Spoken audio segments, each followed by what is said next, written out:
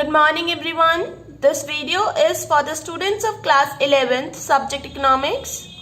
In this video we shall continue with our chapter number 8, that is arithmetic line graphs or time series graphs, and this is our lecture number 2 for this chapter. Now in the last video we have read about one variable graphs in which only one variable is shown with the help of the graph. But in this video we shall focus on two or more than two variable graphs. Okay, so basically what are these graphs? These are the groups in which values of two or more than two variables are simultaneously shown with respect to some period of time. Now in two or more than two variable graphs, we show more than two or two variables simultaneously on a graph with respect to some period of time. Okay, that period of time can be year, month, days, okay, anything. Now for example, you can take, if I have to show production and sales of a factory in different months. Now to show production and sales of a factory of different months, I will use two variable graphs. Okay. Now see this illustration. Months are given, production and sales of a factory are given. Okay, in rupees. Okay. Now this is the graph.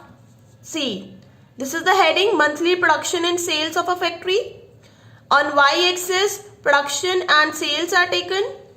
On x-axis, months, that is time has been taken, Jan, Feb, March, April, May and June. Okay. Now, as I told you that in same graph when I have to draw two graphs, okay, in same graph I have to draw two variable graphs, then I'll denote them with the different lines. For production I am taking a straight line and for sales I am taking dotted line. Okay, now we shall plot the graph. See. First of all, I shall draw the graph for production. Okay. In Jan, the production was 5. So, in Jan month, the production is 5 here. Next, in Feb, production is 7.5. So, in Feb, the production will be 7.5 in the middle of 5 and 10. Okay. Next, in March, again the production is 5. So, in March, again the production is 5 here. Okay. Now in April the production is of 10. So in April month the production is of 10. It would be here. Next in April the production is in April production 10 done. Next is in May month the production is 12.5. So it will be somewhere here between 10 and 15. Okay. Now next in June the production is 15, so it will be somewhere here. Okay. Now we shall join this line. This is for production, so I'll use this straight line. See, I'll join it using scale.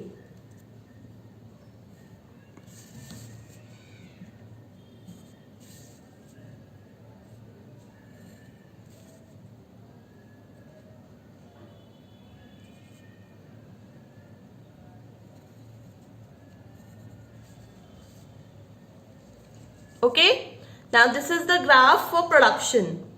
Now on the same graph I will draw for sales. See, in Jan the sale was 7.5, so it was somewhere here. In Feb the production is 10, so it would be here. In March the production is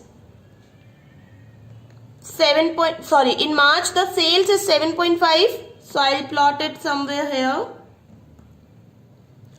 Now in April the sales is 12.5 here. In May sales is 15. It would be here. And in June the sales is 17.5 here. Okay. Now I shall join them using dotted lines. See.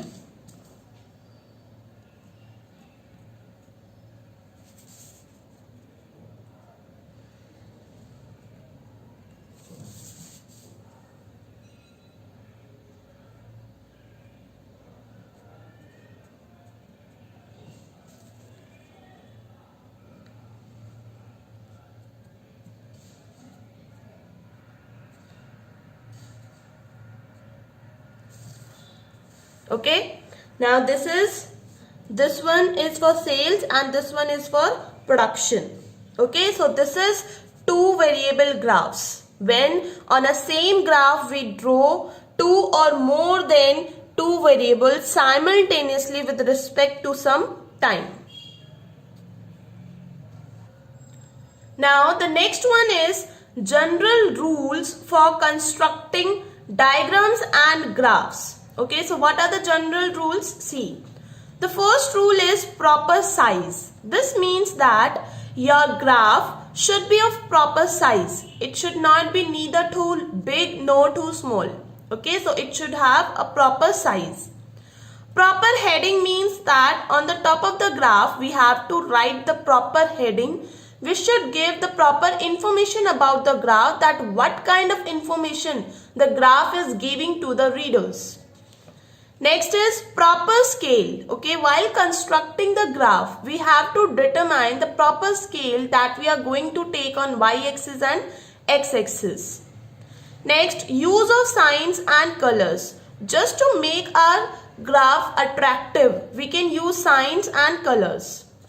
Less use of words or figures. Okay, while representing the data graphically, okay, or through diagrams, what we have to do, we should use less and less words or figures. Okay. Next, drawing the borders. After making the graph, we should make the borders just to make the graph attractive. Okay. Simple. Graphs are best if they are simple. If we will try to complex the graph, okay, to make it complex, then it will lose its simplicity, and along with simplicity, it will lose its effectiveness. From left to right or from bottom to top. Okay, see, the construction of graphs should flow either from left to right or from bottom to top. Okay. Next, statement of data. It is similarly as proper heading. Okay, in this also we should write a statement for the graph which should clearly state what are the bases of constructing the graph. Last one is attractive and effective. See, diagrams and graphs are must that they should be attractive so that they can communicate the information to the readers easily. Okay. Now the next one is merits of diagrammatic and graphic presentation. See, the first merit is simple and understandable information. See, when we make a data, okay, for data that they are not that much understandable, okay, or not neither that they are that much informative.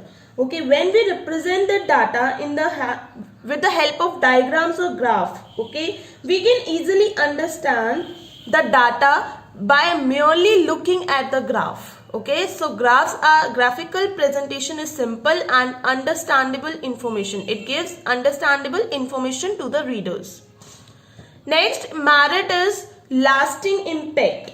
Okay, see, the diagrammatic presentation leaves a long lasting impact on the mind of the reader. Okay, the information which is given through the graphic representation is not forgotten easily. Third, no need of training or specialized knowledge. Now for understanding graphs, one need not to have training or the knowledge, special knowledge for understanding the graph. Just by looking at the graph, we can understand what kind of information the provider is going to give through the graph. Next, attractive and effective means of communication or presentation. See, diagrams are very effective, so they present the data in a very good way. Okay, it is rightly said that diagrams or picture is worth of 1,000 words. Okay. Next, a quick comparative glance. With the help of the diagrams or graphs, we can compare the data easily. Okay, suppose the data is based on exports and imports. Now, just by merely looking on the graph, we can conclude that exports were more or imports were more. Okay. Next, informative and entertaining. Okay. Now, graphs are informative, diagrammatic or graphical presentation. Okay. Along with informative, they are entertaining too. Now, the beginners okay, who just enter into the world of statistics, they are attractive towards the graphs. Okay. Next one is location of averages. Okay, what do we mean by averages? We mean mean, median and mode. Now when we draw the graphs, okay, like less than and more than edges, the point of intersection is known as median. So just by drawing the graphs, we can easily locate the averages like mean, median and mode. Next, it helps in study of correlation. Okay, see the graphic presentation of data, okay, corresponding to different variables helps in identifying the correlation between those two variables. Suppose we have plot the graph for income and expenditure. Okay, now just by observing the graphs, we can easily depict that there is positive correlation between income and expenditure. Okay, so graphs help us in studying the correlation. Okay, now we shall discuss limitations of graphic presentation and diagrammatic presentation. Okay, the first limitation is limited use. Okay, through the help of diagrams or graphs, we can represent only limited set of data. Okay, these are generally used when we need to make comparison between two datas. Okay, graphic presentation is generally used when we need to make comparisons. Next, misuse. Its limitation is misuse also. Why? Because sometimes diagrams can be used to give false information. Okay, especially this is done in case of advertisements.